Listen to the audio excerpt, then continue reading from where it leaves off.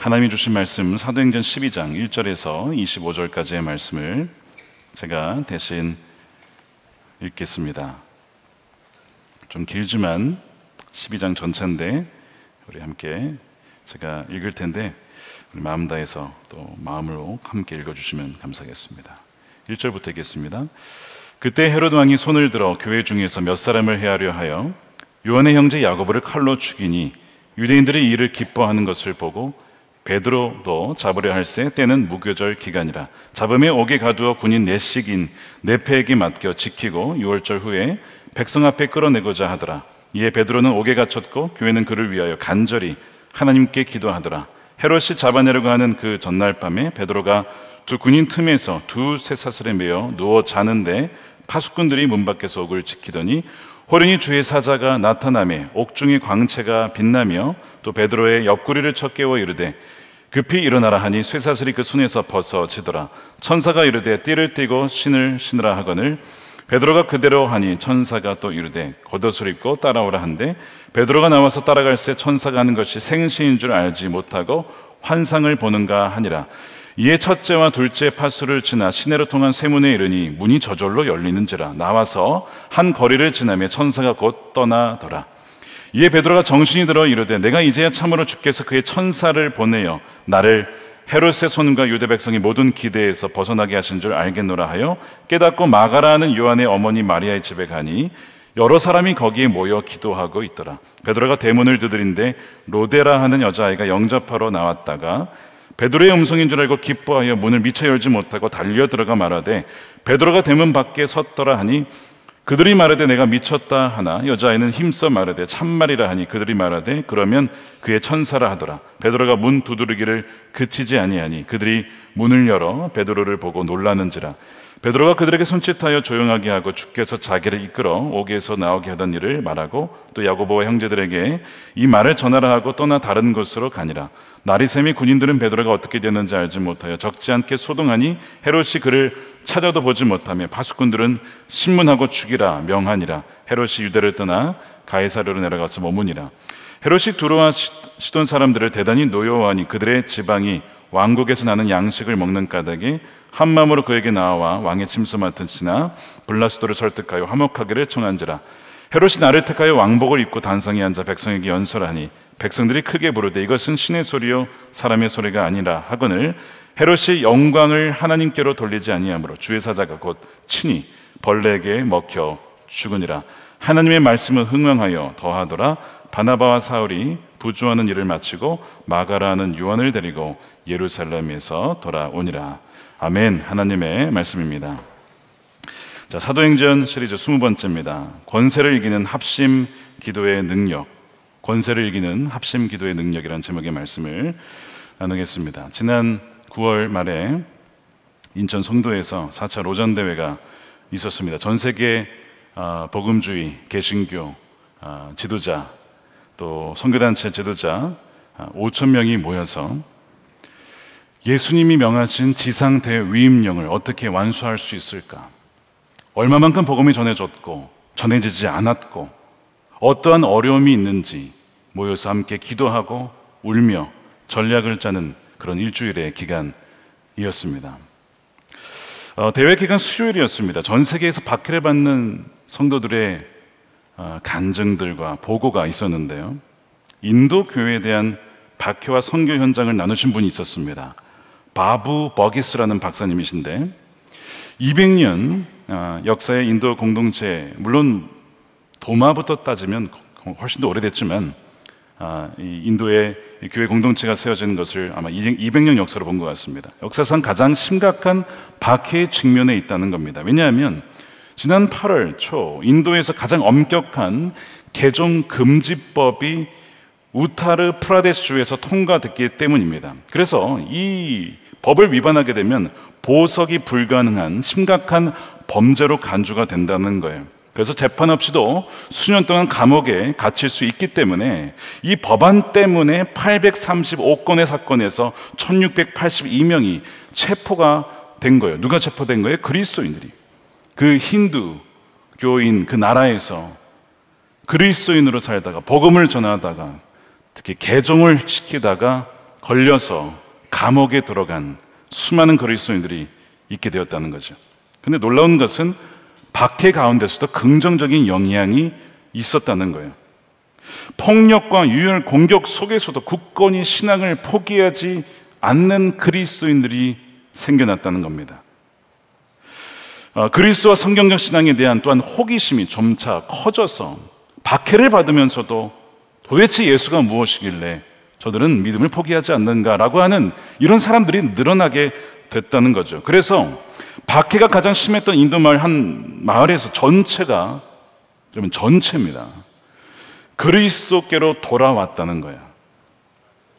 극심한 상황 중에도 인도 전역에서 소셜 미디어를 통해, 온라인을 통해서 밤낮으로 복음을 전하기 위해 엄청나게 그 온라인이 활용되고 있다라고 하는 것, 그리고 새 가족들은 소규모 가정 그룹에서 제자 훈련도 받고 있다는 겁니다. 이것이 지금 힌두교의 나라인 이 인도에서 벌어지고 있는 일이라는 거예요. 그래서 기도 부탁을 하기를 잔인하게 박해받는 우리 민족에게 소금과 빛으로 예수 그리스도를 증거할 수 있는 기회를 주시도록 우리를 위해 기도해 주십시오라고 하는 그런 기도 요청 시간이 있었어요. 전 세계 그리스도인들이 모여서 함께 울었습니다. 사실 우리 한국을 비롯해서 미국도 마찬가지고 이렇게 박해받는 상황은 이제 아니거든요. 그런데 지금도 여전히 예수님을 믿는 것 때문에 박해를 받는 그리스도인들이 있다라고 하는, 저희가 소식은 들었고 알았지만 이렇게 힘든 상황인 줄을 몰랐기에 우리가 너무 안주했고, 우리가 그들을 몰랐고 그들을 위해 더 기도하지 못했다는 것을 회개하면서 함께 기도를 하는 시간이 있었습니다. 여러분, 왜 박해를 받습니까? 오직 예수님만이 구원의 유일한 길이시기 때문에 그분을 증거한 거예요. 그분을 전하기 위해 선교를 하다가 박해를 받는 것이죠. 경건하게 살다가 박해를 받는 것입니다. 그래서 수많은 그리스도인들이 위기에 처해 있지만, 그러나 그것 때문에 더 주를 향한 믿음이 견고해졌다, 이런 고백이었어요. 여러분, 박해를 하는 것은 하나님을 대적하는 일이죠. 근데 이것은 초대교회 때부터 지금까지, 오늘날까지 계속 있어 왔고요. 오늘 본문에도 헤롯이 야고보를 죽입니다. 여러분, 야고보는 누구입니까? 예수님의 수제자 3명을 택했어요. 베드로, 야고보, 요한입니다. 겟세마네에도 데려갔고 변화산에도 데려갔고 그 3명만 데려갔거든요. 그 3명 중에 한 명이었던 야고보가 순교를 당하는 것이죠. 사도행전 12장 오늘 1절입니다. 그때에 헤롯 왕이 손을 들어 교회 중에서 몇 사람을 해하려 하여 요한의 형제 야고보를 칼로 죽였습니다. 이 헤롯 왕은 예수님 태어나셨을 때에 헤롯 왕이 있었죠. 헤롯 대왕이라고 부릅니다. 그 헤롯 대왕의 손자예요. 헤롯 아그리파 1세이죠. 그 헤롯에 의해서 순교를 당한 겁니다. 예수님이 12 제자 중에 첫 번째 순교자가 등장했어요. 우리가 오늘날 예수님을 믿으면 복받고 형통하고 잘 될 것이라고 말씀하고요. 실제로 성경에는 그런 말씀들로 가득 차 있습니다. 물론 맞죠. 예수님은 영원한 생명이시고 참된 행복은 예수님 안에만 있기 때문에 그렇습니다. 그러나 예수님을 믿고 따른다는 것은 십자가를 지는 것이고 십자가에서 죽는 것이기도 합니다. 그래서 오늘날 현대사회에서 예수님을 믿는다고 했을 때에 그 믿음의 대가를 치르고 고난을 치운다라고 하는 이 메시지가 많이 퇴색되고 있는 것은 아닌가, 오늘 본문은 우리에게 말씀하고 있는 것이죠. 예수님을 믿는다는 것은 죽음을 각오하는 것이고 세상에 대해서 죽는 것인데, 과연 나를 따르기 위해 너는 십자가를 지겠느냐라고 주님은 우리에게 묻고 계시는 거예요. 이 야고보가 예수님께 이런 요청을 했었던 거 여러분 기억나시죠? 왕이시여, 주여, 여짜오되 주의 영광 중에서 우리를 하나는 주의 우편에 하나는 좌편에 앉게 해 주십시오. 이 야고보 요한이 그렇게 예수님께 요청했고, 심지어 그의 어머니도 한 번 더 예수님께 와서 우리 아들들을 좌우에 앉게 해달라고 그렇게 요청을 했었습니다.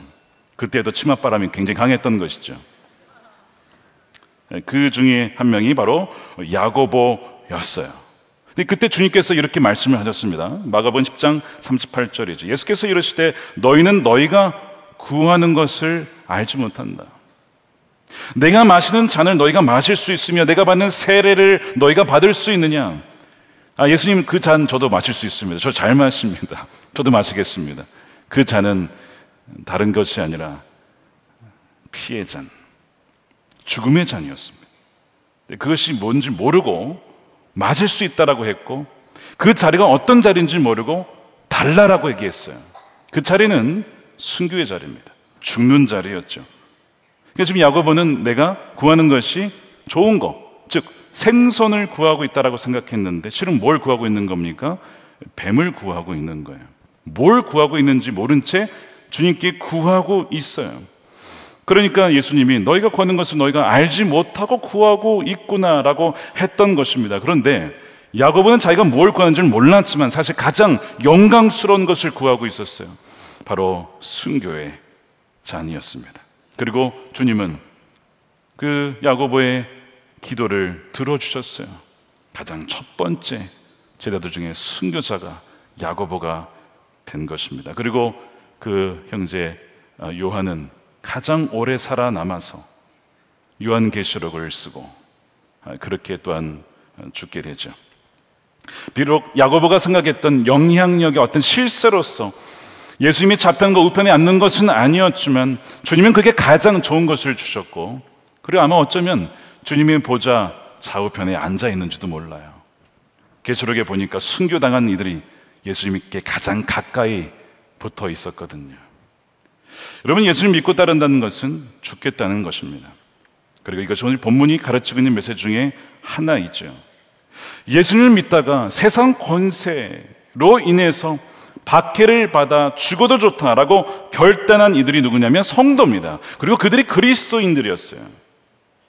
지금 이 박해가 언제 일어났냐면 1절에 보니까 그때에 라고 시작하죠. 그때가 언제입니까? 그 앞장에 보니까 안디옥에서 비로소 제자들이 그리스도인이라 불렸던 때입니다. 바로 그때에 이런 이제 박해가 일어나기 시작하는 것이죠. 그리스도인이란 그리스도처럼 십자가를 지고 십자가의 자신의 모든 야망과 세속의 욕망은 죽고 그 안에 계신 그리스도로 사는 자들이 그리스도인이죠. 그래서 오늘 우리 말씀을 통해서 우리의 믿음을 좀 점검했으면 좋겠어요. 나는 정말 십자가에서 세상에 대하여 죽었고 세상도 나에 대해서 죽었나? 라고 하는 것을 오늘 야고보의 순교를 통해서 우리에게 묻습니다. 자, 궁금한 점이 하나 있는데 왜 하나님은 야고보를 칼에서 건져주시지 않았는가? 물론 야고보가 그 잔을 구했기 때문이기도 합니다. 하나님께서 능력이 없으셔서 기적을 베푸시지 않은 것이 아니라 힘이 없어서가 아니었습니다. 왜 죽게 하셨냐면 또 하나 이유가 있는데 죽음 자체가 강력한 메시지이기 때문에 그렇습니다. 죽음의 위협 속에서도 끝까지 예수님을 부인하지 않고 죽을 수 있겠는가? 그 죽음 자체는 엄청난 강력한 메시지가 되지요. 그래서 누군가는 하나님께서 기적처럼 건져주심으로써 하나님이 살아계심을 증언하게 하지만 누군가는 순교하게 함으로써 죽기까지 그 믿음을 부인하지 않는 그 믿음을 통해 하나님을 드러내는 사람이 있습니다. 바로 하나님은 야고보를 그런 케이스로 쓰셨던 것이죠. 그러니까 죽음의 위기에서 살아난 것만 기적이 아니고 죽음의 그 위기 앞에서 그 위협 앞에서 끝까지 주님을 부인하지 않는 것이 더 놀라운 기적인 것입니다. 과연 우리에게 이런 믿음이 있는가?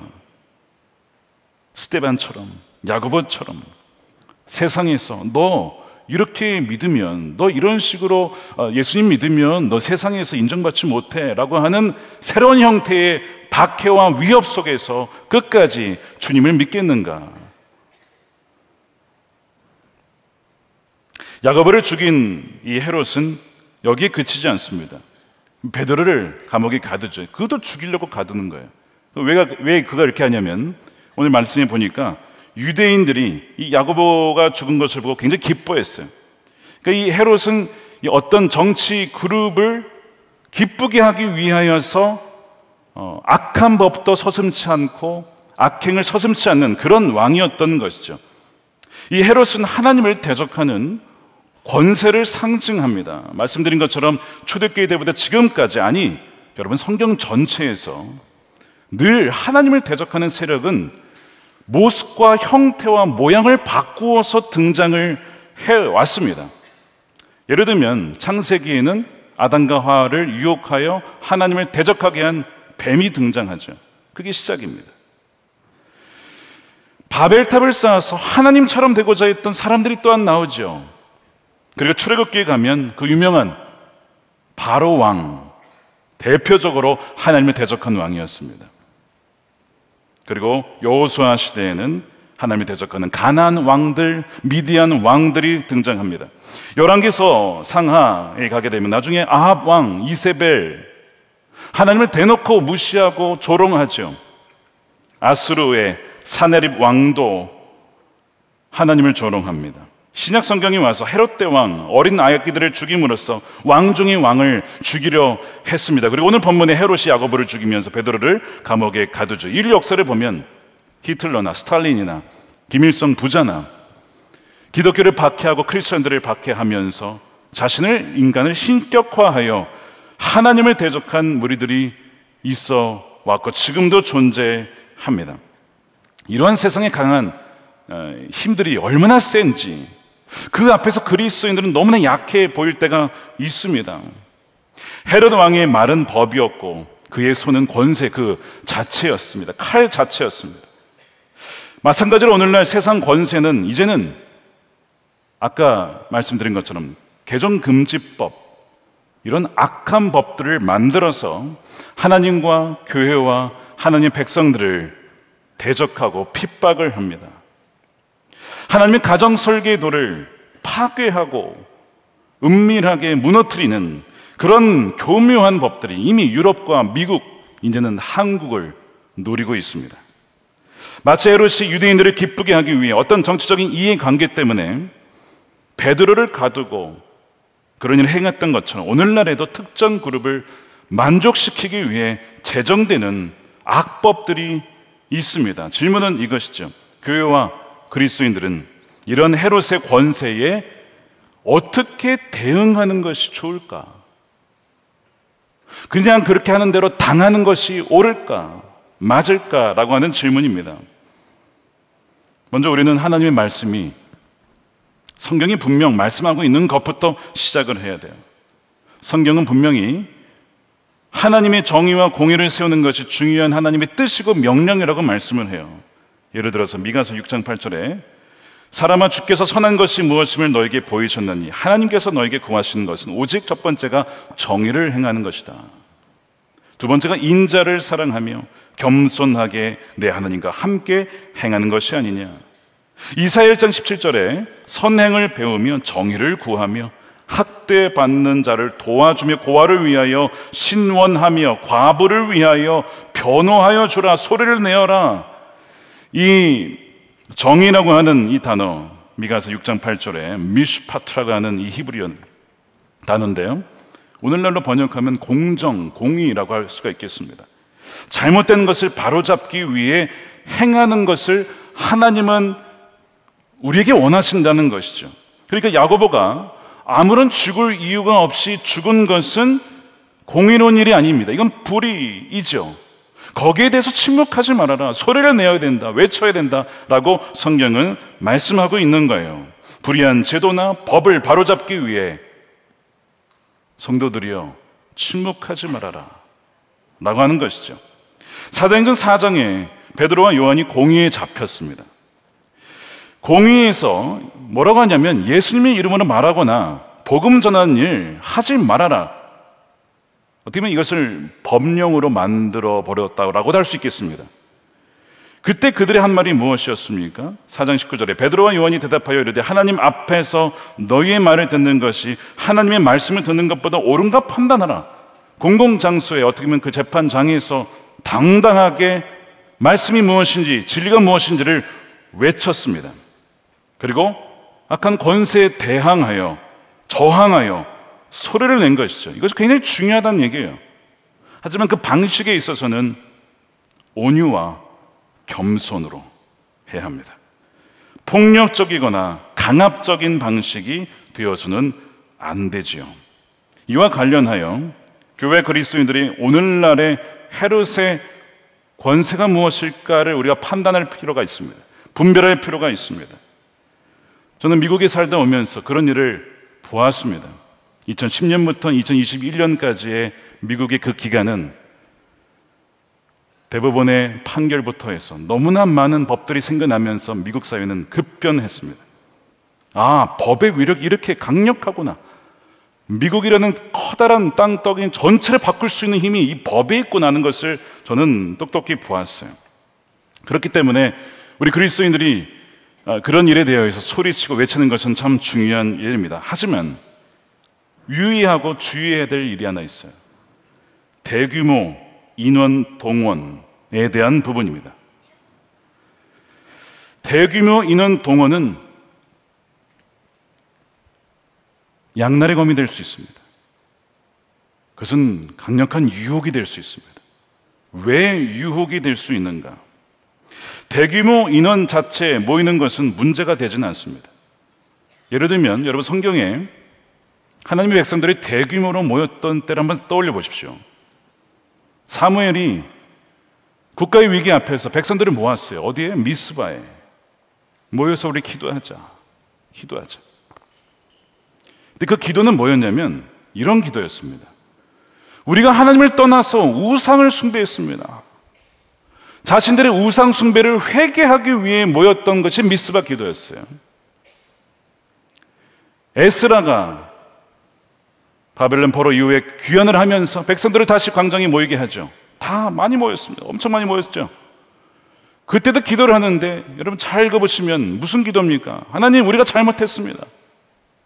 우리가 하나님 말씀을 저버리고 말씀을 떠나 우리 멋대로 살았습니다. 회개 기도였습니다. 그렇게 대규모로 사람들이 모여서 기도한 적이 분명히 성경은 기록을 하고 있어요.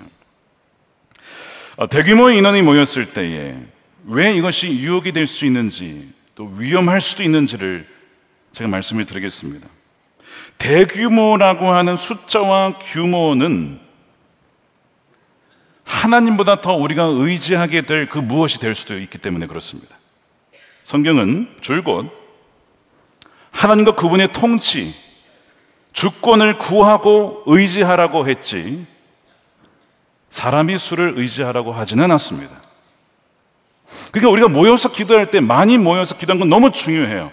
하지만 이것이 우리의 규모가, 숫자가 자랑이 되고 의지가 되어서 하나님보다 더 의지하게 되는 순간 그 대규모의 숫자는 너무나 당황스럽게도 우상으로 전락할 수 있다는 위험이 있습니다. 자, 오늘 본문을 한번 보겠습니다. 초대교회에 성도들이 몇 명이나 되었을까, 이 당시에. 자, 한번 카운트를 해볼까요? 오순절 성령 임하였을 때에 베드로가 설교했더니 하루 만에 3,000명이 회심을 했습니다. 사장에 갔더니 베드로 요한이 설교했을 때 이번에는 5,000명이 회심을 했습니다. 순식간에 대형교회 두 교회가 생긴 거죠. 8,000명. 남자만 8,000이에요. 여자까지 포함하면 훨씬 더 많은 숫자가 회심을 했을 것입니다. 빌립이 사마리아로 가서 복음을 전하는데 성경에 표하면 그 도시에 남녀가 다 믿었답니다. 이건 좀 약간 과장이 아닐까 싶어요. 어떻게 도시에 모든 사람이 믿었을까요? 어쨌든 수리아 안디옥에서는요, 많은 무명의 전도자를 통해서 많은 헬라인들이 회심을 해서 수많은 사람들이 믿고 죽게 돌아왔답니다. 예루살렘과 유다와 사마리아와 수리아까지 포함하면 뭐 그렇게 먼 지역은 아니에요. 자, 모이자면 모일 수 있는 지역이죠. 자, 그래서 야고보가 죽고 베드로가 갇히면서 이 교회에 대한 핍박이 거세져졌을 때 교회의 반응은 어떠했는가라고 하는 것을 우리가 말씀을 통해서 봤으면 좋겠는데요. 자, 예루살렘의 신자들을 최대한 동원하여서 불의한 핍박에 저항을 했을까요? 아니, 그럴 수 없죠. 그 당시는 로마 제국의 통치하에 있었고 기독교인은 소수였어요. 물론 다 합치면 뭐 몇만 명 됐겠지만 그들은 모이지 않았습니다.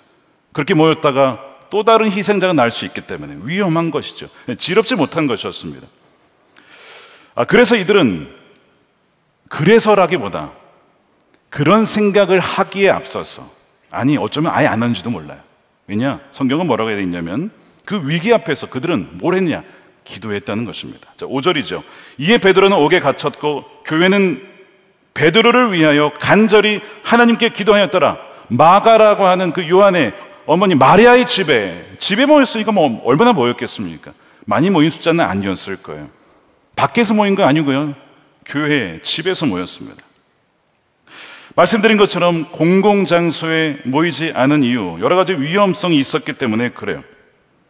근데 이들이 나가서 항의하지 않은 이유, 또 다른 이유는 이것입니다. 가장 강력한 저항과 그리스도인들이 가진 무기는 기도였기 때문에 그렇습니다. 저항과 핍박 중에도 여전히 하나님이 통치하신다, 다스리신다, 헤롯 왕이 통치하는 것이 아니라 왕 중의 왕이신 그리스도가 통치하신다라는 것을 그들이 분명히 믿었기 때문이죠. 그것을 믿었기 때문에 그들은 모여서 간절히 합심으로 하나님께 기도했던 것입니다. 성경은 불의한 나라의 어떤 결정에 대해서 많은 사람들이 소리를 내고 외칠 수 있어야 한다라고 분명히 가르치고 있어요. 그래서 우리는 소리를 내야 됩니다. 여러분, 지금 한국이 흐름상 굉장히 위험한 시기에 와 있습니다. 여차하면 이제는 미국처럼, 유럽처럼 바뀔 가능성이 굉장히 높아지고 있어요. 그런 점에서 우리가 기도해야 되고 또한 소리칠 수 있어야 합니다. 근데 말씀드린 것처럼 주의해야 할 것이 항상 있어요. 우리가 소리를 내고 외치고 많이 모이고자 하는 것이 과연 하나님께 기도하기 위함인가, 아니면 이렇게 그리스도인들이 많다라고 하는 숫자를 자랑하기 위함인가는 그건 우리가 알죠. 우리가 어떤 마음으로 모인지는 우리가 알죠. 하나님이 아십니다. 성경은 줄곧 사람의 숫자나 규모를, 그리고 사람의 능력을 의지하지 말라라고 경고합니다. 대표적인 예로 기드온과 300용사가 있습니다. 나라의 위기 앞에 32,000명이 모였습니다. 많은 숫자가 모인 거예요. 그 당시에 그 정도면 나라의 위기 앞에 모인 거죠. 근데 그 많은 사람들이 모였을 때에 하나님이 좋아하신 게 아니고, 여러분 성경 잘 읽어보세요. 걱정하셨습니다. 자, 걱정은 이거였습니다. 사사기 7장 2절이죠. 여호와께서 기드온에게 이르시되 너를 따르는 백성이 너무 많은즉 내가 그들의 손에 미디안 사람을 넘겨주지 아니하리니 이는 이스라엘이 나를 거슬러 스스로 자랑하기를 내 손이 나를 구원하였다. 즉 이렇게 많은 뛰어난 군대와 많은 군사들이 있기 때문에 우리가 오늘 미디안에서 이겼다라고 할까봐 하나님은 그것이 걱정된다는 거예요. 그래서 규모를 32,000명에서 22,000명을 보내고 10,000명을 남겼어요. 근데 이 10,000명도 꽤 많은 숫자예요. 여러분, 10,000명 모임이 엄청난 숫자죠. 그래서 300명으로 줄인 거예요. 여기 핵심을 여러분 오해하지 마십시오. 많이 모이지 말라가 아닙니다. 많이 모이지 말라가 핵심 메시지가 아니고, 하나님보다 그 어떤 다른 것을 절대 의지하지 말아라. 너의 숫자 의지하지 말아라. 얼마나 많이 모이는지 의지하지 말아라. 그 얘기를 하고 있는 거예요. 많은 사람들이 모여서 기도하고 또 더 많은 이들이 기도하는 것은 당연히 장려되어야 되고 그렇게 해야 합니다. 그러나 많은 사람들이 모임으로써 우리 수가 이렇게 많다, 너희가 우리를 어떻게 할 수 있겠냐라고 하는 순간 그 누구를 의지하는 겁니까? 우리 자신을 의지하게 되는 것입니다. 기독교의 숫자를 의지하게 되는 것입니다. 그것이 하나님이 걱정하시는 부분이죠. 너희의 손이 구원하였다 할까 함이로다. 다른 예를 들어보겠습니다. 열왕기하 19장입니다. 아수르 군대 18만 5천 명이 쳐들어왔어요. 와, 18만 5천 명, 여러분 상상이 됩니까? 그 많은 숫자가 쳐들어와서 히스기야 왕과 예루살렘을 포위를 했어요. 다른 데는 다 점령을 하고, 예루살렘은 점령하기가 어려운 곳입니다. 이 산 위에 있기 때문에. 근데 뭐 포위를 해서 음식, 식량 다 끊고 물 끊어버리면 뭐 다 죽는 거 아니겠습니까? 그러니까 도무지 이 군대를 이길 수가 없는 거예요. 하나님께서 어떻게 말씀하셨습니까? 상대방이 18만 5천 명이니까 너희는 적어도 20만 명, 아니 100만 명을 모아서 대결해라, 이렇게 말씀하셨죠? 끄덕이신 분이 계시면 안 되는데, 히스기야가 하나님께 기도했을 때 이사야 선지자가 하나님의 메시지를 전달하죠. 히스기야가 성전에 가서 기도합니다. 성전에 가서 간절히 기도합니다. 목숨 걸고 기도합니다. 눈물로 기도하죠. 그리고 하나님이 그 기도를 들으셨어요. 그리고 이사야를 통해서 이렇게 얘기를 하시는 거예요. 열왕기하 19장 20절이죠. 아모스의 아들 이사야가 히스기야에게 보내 이르되 이스라엘 하나님 여호와의 말씀이 내가 아수르 왕 사나립 때문에 내게 기도하는 것을 내가 들어노라 하셨나이다. 하나님은 우리의 기도를 들으시는 분이십니다. 믿으십니까? 여러분 정말 믿으십니까? 이게 안 믿어지면요 뭐 할까요? 좀 사람들 많이 모아보자 가 될 수도 있는 거예요. 정말 하나님만을 믿는 사람들이 많이 모이는 게 뭐가 문제가 되겠습니까? 너무나 감사한 일이죠. 야, 우리나라에 이렇게 신앙이 좋은 사람들이 많구나. 얼마나 자랑스러운 일입니까? 그런데 그게 아니라 야, 100명, 1000명 가지고는 이거 뭐 어떻게 대결하기 어려워. 그쪽이 훨씬 많으니까 머릿수 더 모아야 돼. 만약에 이런 식으로 많이 모이는 것이라면요, 그건 하나님을 무시하는 것입니다. 하나님은 히스기야 한 명이, 그러면 히스기야가 뭐 목사님입니까? 평신도시죠. 지금으로 얘기하면 그렇잖아요. 정치인 아닙니까? 히스기야가 믿음으로 그냥 성전 가서 기도하는 것 하나님이 들으셨어요. 그리고 18만 5천 명 그냥 다 끝납니다. 야, 이건 도무지 이거는 이길 수 없다라고 하는 것을 완전 뒤집어서 승리케 하시잖아요. 이게 사람 숫자로 이기는 게 아니고 누가 이기게 하시는 거야? 하나님이잖아요. 근데 우리는 그것을 잊을 때가 많아요.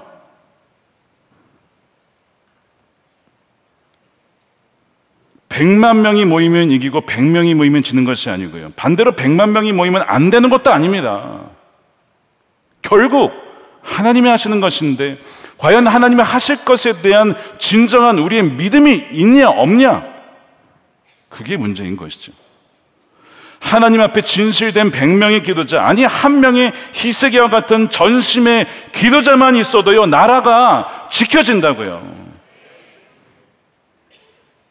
그러니까 저는 기도하기를, 저와 여러분이 나라를 위해 기도하는 그 한 명의 기도자가 되기를 원합니다. 한 명만 있어도 된다고 해서 남이 기도하겠거니 그렇게 넘기라는 것이 아닙니다. 정말 나야 아니면 안 되는 절박한 심령으로 기도하자는 거예요. 베드로의 위기 앞에 이 성도들이 절박하게 기도하죠. 간절히. 이 간절히라는 단어가 언제 나온지 아십니까? 예수님께서 겟세마네 기도에서 간절히 기도하더라, 동일한 단어예요. 그렇게 기도했다는 거예요, 성도들이. 베드로를 위하여, 교회를 위하여. 나라의 영적 위기 앞에서 기도했던 또 다른 좋은 일을 하나 더 꼽겠습니다. 여러분 잘 아시는 내용이에요. 열왕기상 19장에 엘리야의 이 갈멜산 대결 빼놓을 수가 없죠. 엘리야가 무슨 얘기를 하냐면 바알 선지자 450명과 아세라 선지자 400명을 다 데리러 와라. 소위 맞짱을 뜨자 이거예요. 1대 850으로. 근데 성경을 가만히 읽어보면 실제로 온 인원은 바알 선지자 450명만 왔어요. 아세라 선지자는 보이지 않았습니다. 450명도 많은 숫자죠. 여기 엘리야는 혼자인데. 자, 그래서 하나님께서 야 엘리야야, 너가 지금 너 쪽수가 부족하니까 좀 아이들 좀 많이 모아야겠다 이렇게 하셨나요? 야, 450명이나 왔어, 너 혼자인데 어떡할 거야 너? 이러셨나요? 아니죠. 더 많은 숫자를 모으는 것은 오히려 이방 종교가 추구하는 원리였습니다. 지금까지 얘기한 걸 잘 종합을 해보세요. 이 바알 선지자들이 많은 제사장들을 동원해서 또 뭐라는지 아십니까?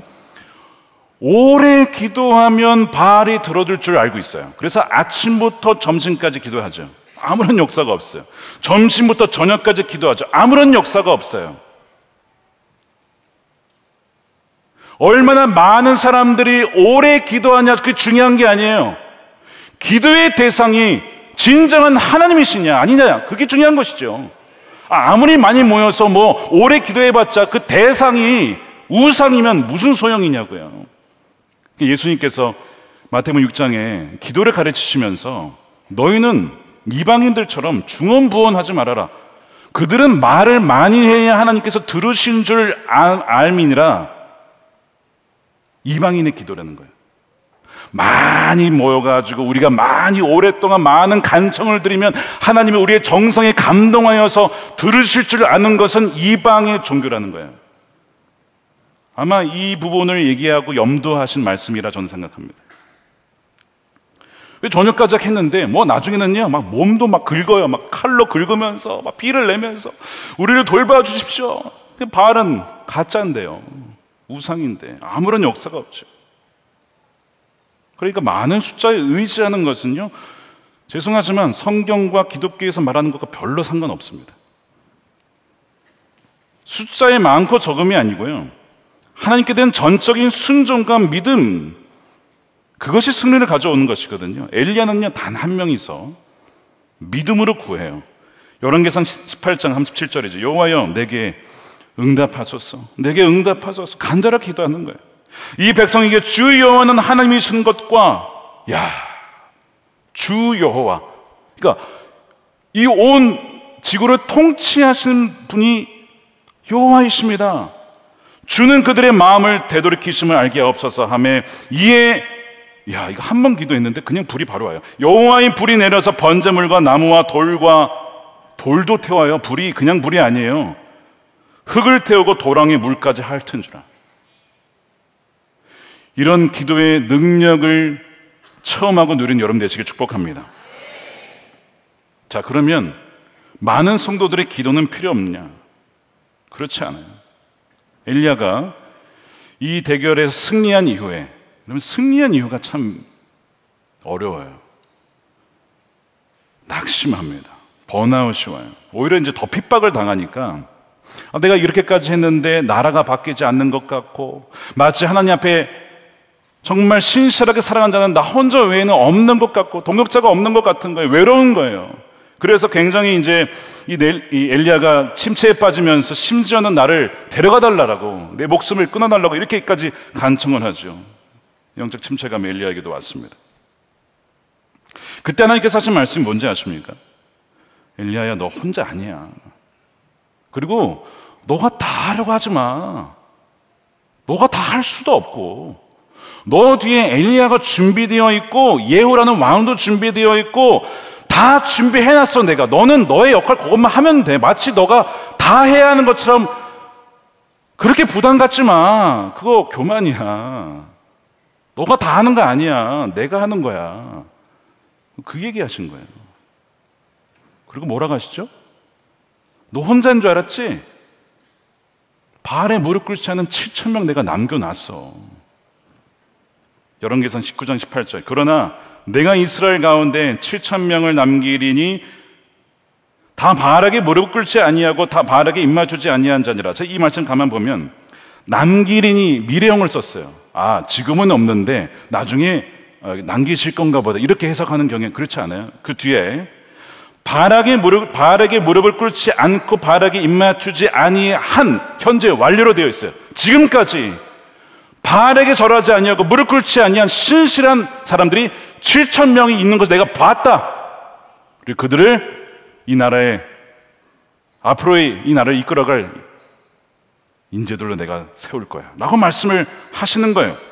이들은요, 7,000명은 엘리야처럼 전면에 나선 적이 없습니다. 공공장소에서도 외치지 않았습니다. 그렇다고 해서 하나님께서 이들이 비겁하다고, 믿음이 없다라고 하셨습니까? 아니죠.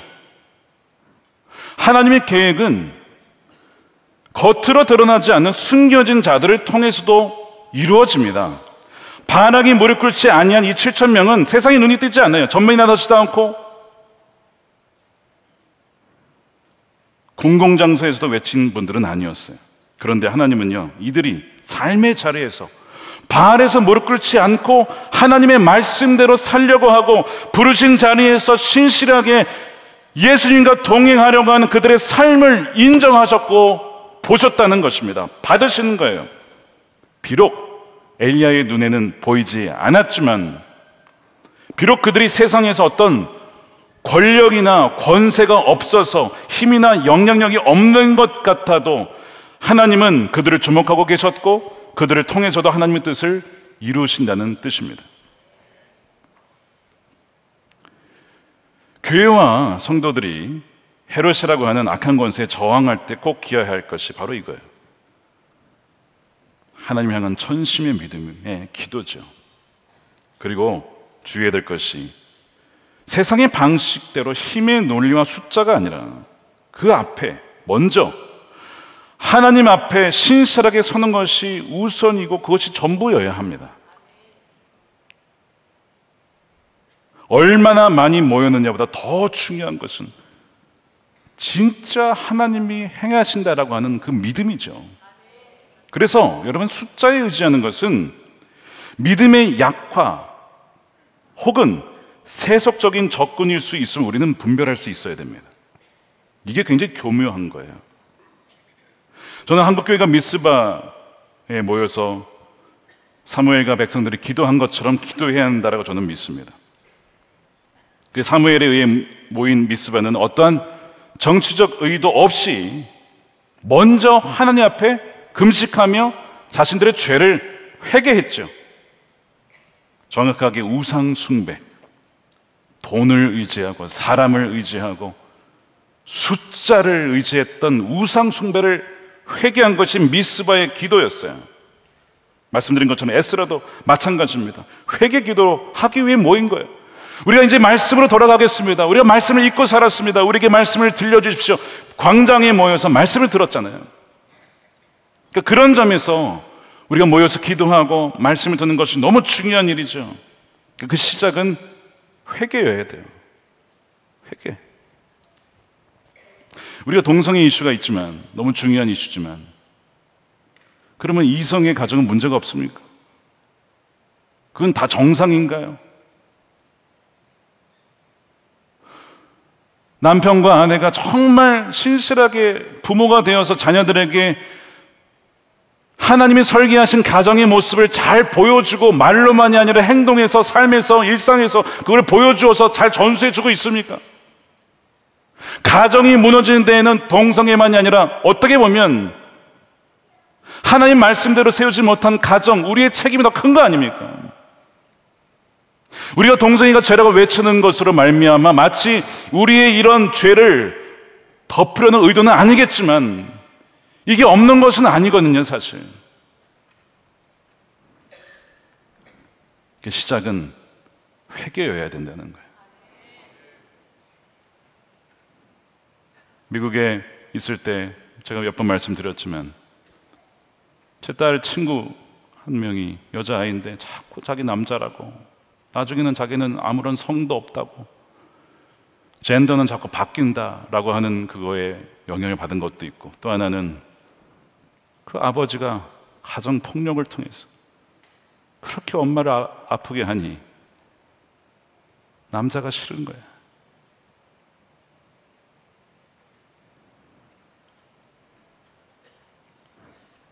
얼마나 이런 일들이 많은지 몰라요. 그러므로 우리가 모일 때 많이 모여서 기도하고 회개하는 거 너무나 좋아요. 너무나 중요한 부분입니다. 그러나 회개하기에 앞서서 다른 누군가를 먼저 정죄한다거나 우리의 죄를 보지 못한 채, 우리의 돌보를 보지 못한 채 남의 어떤 티를 보면서 잘못됐다라고 하는 것은 결코 하나님 앞에 하나님 보시기에 기뻐할 수 있는 것은 아닙니다. 그리고 더 중요한 것은 결코 숫자를 의지해서는 안 돼요. 100만 명, 200만 명 숫자를 강조하거나 자랑하거나 의지하는 것은 전혀 성경적이지는 않습니다. 우리가 사무엘상 시리즈를 하고 있지만 이제 사무엘 가게 되면 마지막에 다윗의 인생 전체에서 가장 추악한 죄는 뭐였습니까? 여러분, 많은 사람들이 밧세바의 간음을 얘기해요. 그렇지 않아요. 성경 뭐라고 하냐면 그보다 더 악한 죄가 있었다. 그것이 사무엘하 24장입니다. 다윗이 요압 장군을 시켜서 이 나라의 이 군대, 그러니까 전쟁에 나설 수 있는 병사가 몇 명인지를 카운트하라고 조사를 시킵니다. 요압이 딱 들어보니까 이거는 하나님이 싫어하신 일이에요. 왕이시 그러시면 안 됩니다. 하지만 다윗은 끝까지 그걸 시키죠. 그래서 나중에 요압이 보고를 해요. 사무엘하 24장 9절이에요. 요압이 백성의 수를 왕께 보고하니 곧 이스라엘에서 칼을 빼는 담대한 자가 80만 명이요 유다 사람이 50만 명, 총합 130만 명. 와, 우리나라 이렇게 강대하구나. 다윗이 막 뿌듯한 거예요. 야, 130만 명의 군대가 있구나. 너무 리얼한가요? 저 같아도 뿌듯했을 것 같아요. 130만 명의 와 담대한 용사들이 누가 쳐들어오겠어. 근데 보세요, 이게 하나님 보시기에 가장 큰 다윗의 죄가 됩니다. 왜요? 군대에 많고 강함을 의지한 거잖아요. 너희 나라가 지금까지 지켜진 것이 군대가 많아서 강해서인가? 아니잖아. 내가 너희를 지켜준 거잖아. 근데 어느 순간 갑자기 군대의 강함과 숫자를 막 자랑하고 있는 거예요. 한국교회가 이렇게 숫자가 많다, 이렇게 영향력이 세다, 많다를 자랑하는 것은요, 우상숭배가 될 수 있는 거예요. 여러분, 우상숭배는 다른 게 아니에요. 하나님이 주신 좋은 것들을 어느 순간 하나님보다 더 사랑하고 의지할 때 그것은 순간 우상이 되어버리거든요. 그러므로 여러분, 얼마나 많이 모였든 그거 개의치 마시고, 너는 왜 안 나왔어? 정죄하지 마시고요, 나가서 기도하든 집에서 기도하든 온라인으로 기도하든 교회에서 기도하든 전심으로 주님께 기도하는 것이 중요한 것입니다. 뭐 그런 이들을 안 나왔다라고 뭐 배교자요, 믿음 없는 자로 몰아가는 것은요, 죄송하지만 이방 종교에 더 가깝죠. 저는요, 아까 그 엘리야와의 대결에서 바알 선지자들이 졌잖아요. 그 땅에 몰살당했다고 하니까 굉장히 많이 죽은 것 같은데, 아마 살아남은 이들이 나중에 이랬을 것 같아. 너희 그 아세라 400명 왜 안 나왔어? 너희들이 안 나와서 졌잖아. 이러지 않았겠어요? 원래 850명 나오기로 했다가 반밖에 안 나왔잖아요. 뭐 그런 상상도 하게 되더라고요. 엉뚱한 걸 의지하는 거죠. 숫자를 의지하고 바알 엉뚱한 신을 의지하고. 아니, 엘리야는 혼자였는데 뭐. 초대교회 성도들이 야고보가 죽고 베드로가 갇혔을 때 그들은 감옥 구출위원회를 조직하지 않았습니다. 그들은 그저 당시의 교회로 여겨졌던 집에, 뭐 그렇게 큰 집도 아니었을 거예요, 보이지 않는 곳에서 모여 간절히 하나님께 기도했습니다. 그 간절한 기도에 하나님께서 들으시고 응답하시는 것이죠. 그래서 이 기도를 했을 때 헤롯이 잡아 내려가는 바로 그 전날 밤, 이제 죽이려고 하는 날이 있었는데 그 전날 밤에 주의 천사를 하나님께서 보내셔서 베드로에게 풀어주시는 거예요. 하나님의 타이밍은요, 여러분 정확하심을 믿으시길 축복합니다. 하나님은 우리가 원하실 때 안 오실 수도 있어요. 우리가 원하실 때 역사하지 않으실 수도 있는데, 하나님은요 항상 제 시간에 역사하십니다. 제 시간에. 주의 사자가 왔을 때에 베드로가 감옥에서 두려워하고 막 떨면서 있었던 게 아니고 어떻게 하고 있었습니까? 혼이 너무 자고 있었어. 깊이 자고 있었어요. 옆구리 막 찔러서 깨워야 할 정도로, 야 가자 깨워야 할 정도로 그렇게 자고 있었어요. 아니 어떻게 그 상황에서, 왜 다음 날이면 죽는 건데 그 죽음의 위기 속에서 두려움과 공포가 아니라 아니 왜 이렇게 잘 수가 있었을까? 물론 선천적으로 이렇게 눕기만 자는 사람이 있긴 하죠. 뭐 베드로도 뭐 그런 이유인지 모르겠지만 저하고는 완전 반대의 사람인 것 같습니다. 어쨌든 뭐 잠을 자고 있는 거예요. 근데 이 말씀을 이제 가만 보게 되면 베드로에게 어떤 이루 설명할 수 없는 평강이 있었던 거죠.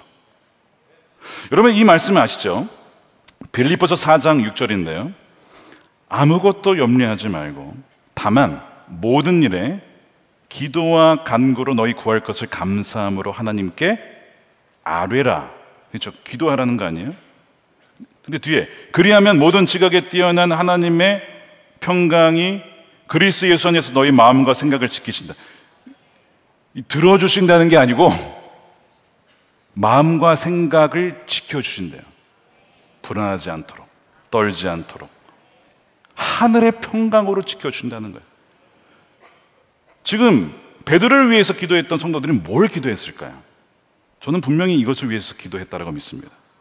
그래서 베드로가 이렇게 평안하게 거기서 잠을 자면서 내가 죽든 살든 다 하나님의 섭리와 주권 가운데 있는 거지.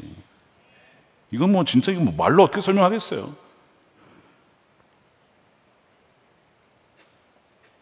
그러니까 이들이 믿음으로 베드로를 위해서 기도를 했는데 어쨌든 그 응답에 주의 사자를 보내줘서 풀어주신 거예요. 베드로의 마음을 지켜주시고 베드로가 끝까지 혹여나 순교를 당한다 할지라도 그 믿음을 지켜낼 수 있도록 기도했을 것입니다. 나중에 이제 베드로가 풀려나서 성도들이 기도하던 집에 문을 두드려요. 로데라는 여자아이가 왔는데 베드로예요.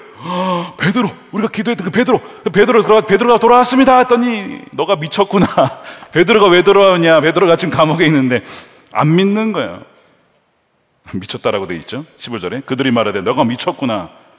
여자아이는 힘써 말하되 참말이라 하니 그들이 말하되 그러면 그의 천사라.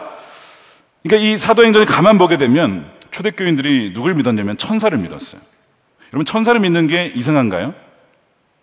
여러분 사탄을 믿으십니까? 사탄은 타락한 천사죠. 악한 영과 사탄을 믿는데 천사는 믿지 않는다. 이걸 어떻게 해야 될까요? 성경 곳곳에 하나님이 부리는 종인 천사가 보이지 않게 하나님 백성들을 돕는다는 것을 말씀해요. 히브리서에도 그 말씀이 나와 있죠. 천사는 그의 부리시는 종이라고. 바람처럼. 어찌됐든 천사 아니겠냐라고 했는데 실제로 보니까 진짜 베드로가 와 있었다는 거예요. 자, 그러면 그들은 놀랐을까요? 어떤 분이 이렇게 해석을 합니다. 그들은 기도를 했는데 실제로 믿지 않았다. 그래서 너무 놀랬다. 이런 해석이 하나 있고, 그러나 두 번째 해석은 무엇이냐면 놀란 이유는 그들이 기도를 할 때에 베드로의 석방을 위해서 기도하지는 않았다라고. 그러니까 베드로의 석방을 물론 기도했겠지만 그것만이 응답이라고 기도한 것은 아니었다라고 하는 거예요. 그 근거가 무엇이냐면 오늘 5절에 보면 교회는 그를 위하여 기도했다고 했지 그의 석방을 위하여 기도했다고 하지는 않았거든요. 그를 위하여서 기도했다고 했을 때 하나님, 지금 베드로를 위해서 가장 좋은 것이 무엇입니까? 야고보처럼 순교하는 것입니까? 감옥에 있다가 죽는 것입니까? 아니면 풀려나는 것입니까? 하나님, 가능하다면 풀려나기를 원합니다. 하지만 그리 아니하실지라도 하나님께서 베드로를 위해 가장 좋은 것을 주시라 믿습니다. 그렇게 기도를 했을 거라는 거예요. 그래서 풀려났을 때 어떻게 보면 예상을 뛰어넘는 역사이긴 했지만 그래도 하나님께서 응답하셨구나 이제 기뻐하게 되는 것이죠. 저는 이제 이 말씀을 묵상을 하면서 하나님의 이 풀어주시고 묶인 자를 자유케 하는 이 놀라운 하나님의 개입의 역사를 절대 제한하지 말라. 그것을 다시 한번 묵상을 하게 돼요. 하나님은요, 우리의 생각을 뛰어넘어 역사하시죠. 그래서 우리가 함부로 하나님을 제한하거나 또한 무조건 이 방식만이 응답이라고 여겨서는 안 돼요. 그렇게 따진다면 야고보는 뭡니까? 죽임을 당했잖아요. 하나님이 그것도 가장 좋은 길로 인도하신 것이고 풀어주신 것도 하나님이 하시면 하실 수 있다라고 하는 그 믿음의 지경이 열려야 된다는 것이죠. 제가 이 말씀을 묵상하면서 묶여있는 그리스도인들이 있다는 것을 하나님께서 말씀을 해주셨어요. 중독의 쇠사슬. 우리 아이들이 요즘에 게임이나 그런 중독에 참 많이 묶여있죠. 음란 중독에 묶여있는 사람들도 있고 우울, 악한 어둠의 쇠사슬에 사로잡힌, 성경에 보니까 베드로가 이 두 손이 쇠사슬로 묶여있었다고 했거든. 쇠사슬로 묶여있는 이들이 있구나. 단지 이것은 사회적 정서적인 문제만이 아니라 이건 영적인 문제인데 이것을 어떻게 풀 수 있습니까? 성도들이 그를 위하여 간절히 기도할 때에 주님께서는 그들의 묶인 것을 풀어주고 해방시켜 주시고 자유케 하시는 그 능력을 행하신다는 것을 너희가 믿어야 된다라는 말씀을 주신 거예요. 우리가 함께 오늘 이 저녁에 모인 이유가 무엇이죠? 우리 묶여 있는 자들, 여러분들이 가족 중에 여러분 자신일 수도 있는데, 주님은 지금도 개입하셔서 풀어주시는 능력이 주님이시구나, 우리 기도에 응답하시는 분이시구나, 그것을 분명히 믿고 경험하는 여러분 되시길 축복합니다. 로잔대에 있을 때 캐나다 큰빛교회 담임 목사님이신 노희성 목사님을 배웠습니다. 그분은 북한에 억류되었었던 이면수 목사님의 후임 목사님으로 섬기시는 분인데, 이분이 그 얘기하시더라고요. 본인의 책에도 쓰셨는데, 본인이 제3대 담임 목사가 청빙되고 나서 얼마 되지 않아서 취임도 안 했는데 이면수 목사님 북한에 억류가 되신 거예요. 앞이 캄캄하더래요. 내가 이제 아직 담임이 된 것도 아닌데 그 이면수 목사님이 잡히셨고, 이걸 어떻게 해야 되나? 정부 전문가들이 이건 장기전이 될 것입니다 라고 얘기를 하고, 어떤 분들은 언론을 통해서 정치적으로 캐나다 정부를 압박해서 신속하게 처리해야 합니다라고 또 이야기를 하더래요. 어떤 분은 중국 선교사가 찾아오셔서 북한의 권력자와 자기가 연결되어 있는데, 브로커가 있는데, 그 브로커를 통해서 교회가 30만 불을 주면 풀러낼 수 있다, 이렇게 제안을 하더랍니다. 어떤 분은 이 이면수 목사님을 이 선교를 재정적으로 후원하던 미국의 대기업가 한 분이 북한 권력의 최측근을 통해서 100만 불을 줄 테니까 이면수 목사님 풀어달라, 이렇게 또한 간곡하게 부탁한 일도 있었다고 해요. 근데 교회는 그 어떤 방법도 취하지 않습니다. 교회가 한 것은 간절히 하나님께 매달리며 기도한 것이었습니다. 노희성 목사님도 목회를 꽤 오래 하셨어요. 자신이 쌓은 경험이 있고 전략이 있고 은사가 있는데 어느 것도 할 수 있는 게 없더랍니다. 그래서 교회의 리더들과 성도들이 어떤 돈으로 대결하지 않고 어떤 다른 방법이 아니라 오로지 기도만 하기로 결정을 했다고 합니다. 그래서 하나님을 신뢰하고 하나님의 방법과 시간으로 해결해 주실 것을 신뢰하기로 마음먹고 기도에 전념을 하게 되는데, 큰빛교회만이 아니라 토론토에 있는 교회들이 함께 공동으로 집회를 하며 또 기도를 하며 그 지역이 함께 기도하게 되어지는 일이 벌어졌다고 해요. 많은 성도님들이 교회에서도 기도하고 또한 야외에서도 기도하고, 캐나다 매서 눈바람이 부는 오타와 국회의사당 앞에서도 기도하고, 그러니까 밖에서도 기도하고 안에서도 기도하고 교회에서도 기도하고, 많은 성도가 그렇게 뜨겁게 기도를 하더래요. 추위보다 더 뜨거운 기도로 그렇게 부르짖었던 것이죠. 그래서 정부의 지도자들에게 지혜를 주시고 은혜 베풀어 주시고 임 목사님께 건강을 주시고 더불어 북한 땅을 위해서도 축복하며 그렇게 기도를 했답니다. 이것이 미국 동부와 서부를 지나서 한국까지 와서 그 당시에 서남목자교회도 기도했죠. 기도하신 분 기도하셨다고 들었어요. 노희성 목사님이 고백하시기를, 이때가 교회들이 북한 땅을 위해 가장 많은 시간과 가장 열렬히 기도했던 기간이었다라고 말씀을 합니다. 그 위기의 기회를 통해서 오히려 하나님은 교회들이 연합하고 기도하고 하나님의 주권적인 개입을 위해서 그렇게 간절히 구하였던 때였다는 거예요. 그리고 2년 7개월이 지나서 2017년 8월에 이면수 목사님이 기적적으로 석방을 해서 기원하시게 되었죠. 정치적으로나 외교적으로나 캐나다와 북한이 좋았던 관계가 아니었습니다. 북한 측이 어떠한 대가를 요구한 것도 아니었어요. 그러니까 이 목사님 표현에 김정은과 북한의 마음을 누가 움직였는지는 모르겠지만 급작스럽게 억류되었던 목사님이 돌아오시면서 하나님께서 이렇게 개입하셔서 풀어주셨다라는 그 글을 쓰셨어요. 그러면서 책에서 이렇게 도전을 하십니다. 평소에는 신앙생활을 잘 하다가 또한 교회에서 직분까지 얻지만 어려운 상황이 닥치면 또 두려움이 밀려오고 그 두려움 때문에 영적인 눈이 가려져서 제대로 보지 못한다는 거예요. 상황에 갇혀 있다 보니 신앙이 마비되어 버립니다. 그런데 이런 얘기를 하세요. 신앙생활이란 하나님의 개입을 믿는 것입니다. 여러분, 하나님의 개입을 믿지 않으면 우리가 이 자리에 오늘 왜 모였습니까? 왜 예배하고 왜 기도하고 찬양합니까? 하나님이 이 세상을 만들어 놓고 아무런 간섭도 하지 않고 팔짱만 끼고 있으면 우리가 왜 기도하냐고요. 신앙생활이란 뭐라고요? 믿음이란 하나님의 우리 삶에 개입하심을 믿는 것이죠. 두려움 가운데 가장 먼저 기도해야 하는 이유는 하나님의 개입하심을 볼 수 있는 그 눈을 열어달라고 하는 것 때문에 우리는 기도해야 된다는 것입니다. 마지막으로 이것만 나누고 마칠게요. 이란에 파르시드 파트라는 목사님이 역시 로잔대에 오셔서 간증을 하셨어요. 이란입니다. 이란. 부모님이 무슬림, 어머니는 꾸란을 가르치는 교사였어요. 근데 예수님이 그분을 찾아왔어요. 1996년 4월에 테헤란에서 주님을 영접합니다. 당시 17세. 2005년 영국의 엘람 성경대학을 졸업하고 나중에 이란으로 돌아와서 두 가족과 함께 아파트에서 첫 지화교회를 시작했답니다. 그리고 나서 2010년에 3차 로잔 대회 케이프타운에서 열린 대회에 참석한 이후에 돌아왔는데 2010년 12월 26일에 자신을 비롯한 목사님들과 사역자들이 감옥에 갇힌 거예요. 이유는 이거였습니다. 전도와 선교를 통한 국가 안보에 반하는 행위를 했다는 거예요. 로잔 대회 갔다 나와서 어떻게 하면 이 지상대회 운명을 완수할 수 있을까 막 복음 전도에 더 열정적으로 했던 거예요. 근데 그것 때문에 감옥에 갇혀서 5년을 갇힙니다. 5년 6개월을. 그 중에 1년은 독방에 갇혀 지냈대요.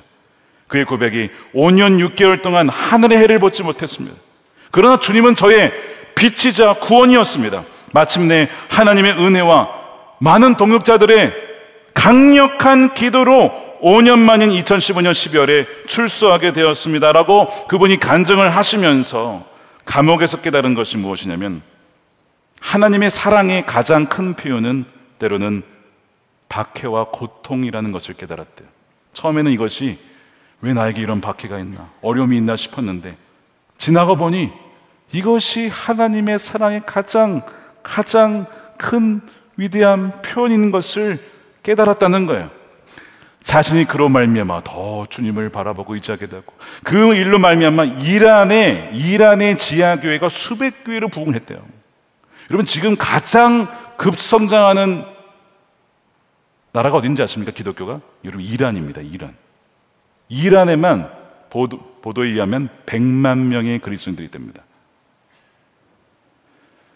성도들의 기도 덕분에 박해와 핍박을 이길 수 있었던 것이죠. 여러분 성도들의 기도는 어떤 권세도 이길 수 있는 능력인 줄 믿으시길 축복합니다. 하나님께서 야고보를 죽이고 베드로를 감옥에 가두었던 그 헤롯을 어떻게 하시면 치시죠. 오늘 23절에 보니까 헤롯이 영광을 하나님께 돌리지 아니하므로 주의 사자가 친히 벌레에게 먹혀 죽으니라. 실제로 역사 기록에 보면 이 헤롯 아그리파 1세는 통치 기간 단 6년, 굉장히 짧죠. 6년 만에 끝납니다.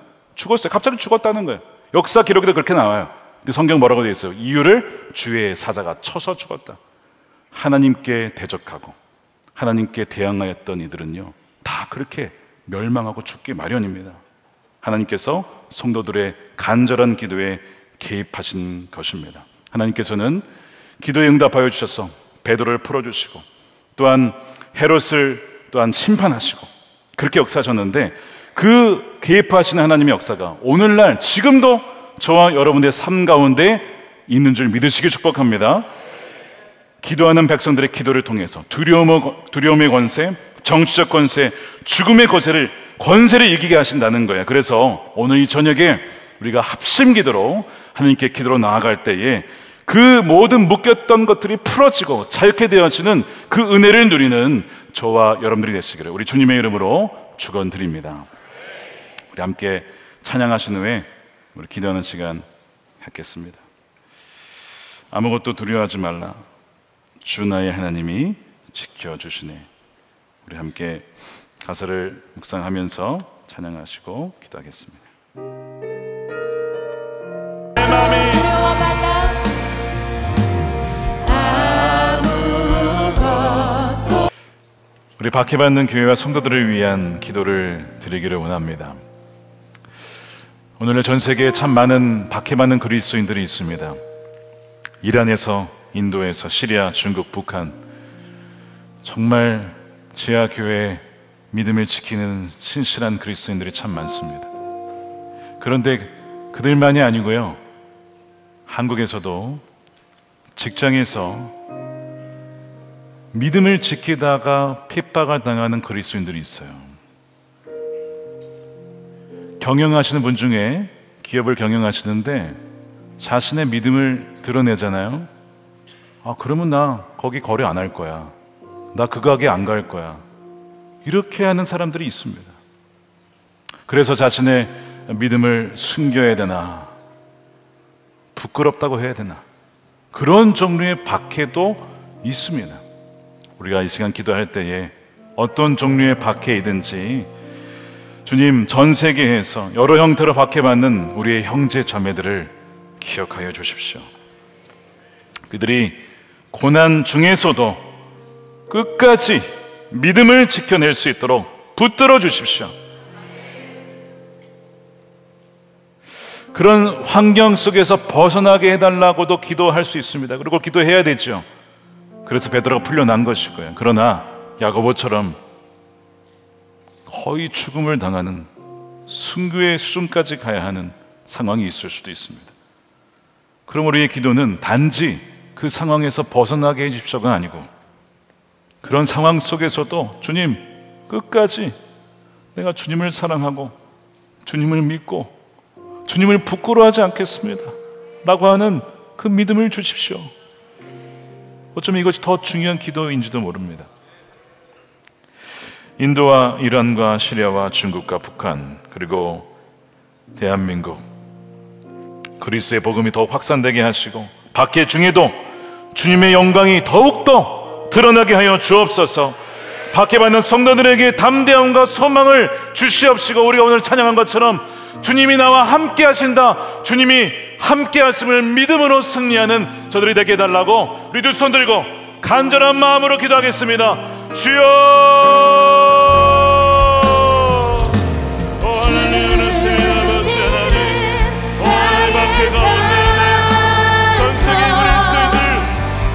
자매들을 기억하여 주시옵소서.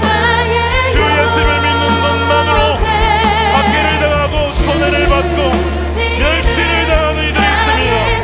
오 주님, 저들을 기억하여 주시옵소서. 저들의 믿음을 붙잡아 주시옵소서.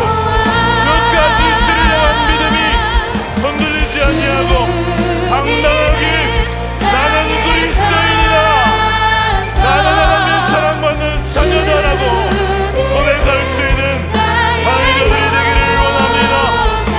기업을 운영하면서 하나님 손해를 당할 수 있습니다. 많은 박해를 당할 수 있습니다. 주여, 그럴수록 끝까지 믿음을 고백할 수 있는 담대한 우리 성도들 되게 하여 주옵소서. 그런 믿음의 고백들을 하게 하여 주옵소서. 단지 상황에서 벗어나는 것이 아니라 끝까지 야고보처럼 순교를 당할지라도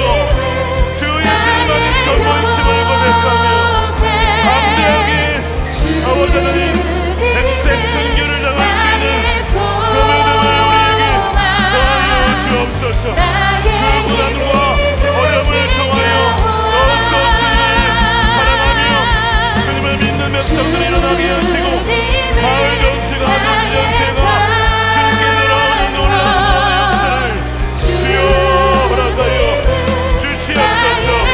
환난을 피할 믿음이 아니라 환난 가운데서도 굳건하게 버틸 수 있는, 이겨낼 수 있는 그 믿음을 우리에게 주님 허락하여 주시옵소서.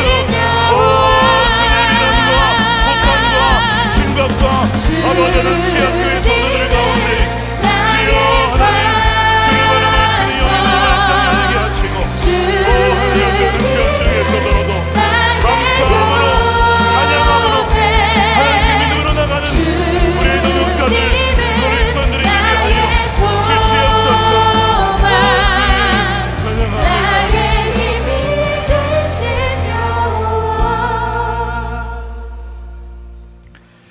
우리 두 번째, 하나님의 주권과 기도의 능력을 신뢰하는 기도를 하기를 원합니다.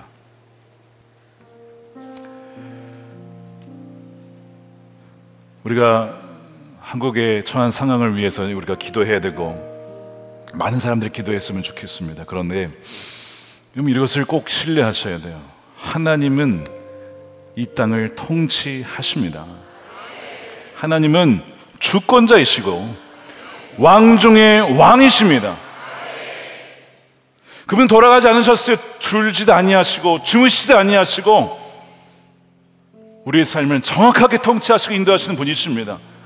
그러므로 마치 우리가 이것을 못하면 망한다, 끝났다 이런 두려움에서가 아니라 하나님을 신뢰하고 우리가 기도했으면 좋겠습니다. 주님, 세상의 악한 권세에 맞설 때에 진리를 담대하게 전할 수 있는 용기를 주십시오. 그러나 우리의 힘이 아닌 하나님의 주권과 능력만을 의지하게 하여 주옵소서. 주대교회처럼 우리도 기도의 능력을 믿고 합심하여 나가게 하시고 우리의 기도가 하나님의 인하심을 기대게 하여 주옵소서. 기도로 하나 된 교회를 통하여 하나님의 뜻이 하늘에서 이루어진 것처럼 이 땅 가운데도 이루어지게 하여 주시옵소서. 우리 주여 한번 외치고 간절히 기도하겠습니다. 주여. 우리 오늘도 우리 강단에서 나와 마치 엘리야가 제단을 쌓고 물을 붓고 정말 하나님이 우리 기도에 응답해달라고 그렇게 간절히 기도했던 것처럼 엘리야는 대충 하지 않았습니다. 그 산에 돌을 쌓기 위해서 얼마나 많은 돌을 날랐을까? 그 산에 물을 뜨기 위해 얼마나 많은 물동이를 들어 날랐을까? 왜요? 혼자였으니까. 그렇다고 포기하지 않았습니다. 하나님, 기도에 응답해 주십시오. 그런 간절한 마음, 하나님 그것을 보신 것이죠. 그 믿음을 보신 겁니다. 그 마음으로 기도하셨으면 좋겠습니다. 그리고 오늘 안수기도 받으실 분들도 나오시면 여러분들 위해서 주의 마음으로 기도해 드리도록 하겠습니다. 우리 마지막 세 번째로 기도하겠습니다. 믿음을 지키고 쇠사슬에서 해방되는 기도를 드리겠습니다. 묶여있는 분들이 많이 있습니다. 재정이 묶여있고 악한 영이 묶여있고 어둠의 권세에 묶여있고 그런 자녀들도 많고 배우자, 가족 얼마나 많은지 이 시간 그들을 위해서 기도하겠습니다. 주님, 베드로를 감옥에서 풀어주셨던 그 능력으로 지금도 쇠사슬에 묶여있는 자들을 해방시켜 주옵소서. 두려움과 중독의 쇠사슬, 우울의 쇠사슬 속에 갇혀있는 성도들이 주님의 평강을 경험하며 믿음을 지킬 수 있도록 도와주옵소서. 성도들의 합심 기도로 그들이 주 안에 참된 해방과 자유를 누리게 하여 주시옵소서. 주님은 지금도 우리의 기도에 응답하여 주셔서 우리 삶에 개입하시는 살아계신 주님이십니다. 이 시간 그 믿음으로 마지막으로 한 번 더 우리 두 손 들고 간절한 마음으로 믿음으로 주의 마음에 외치고 기도하겠습니다. 주여.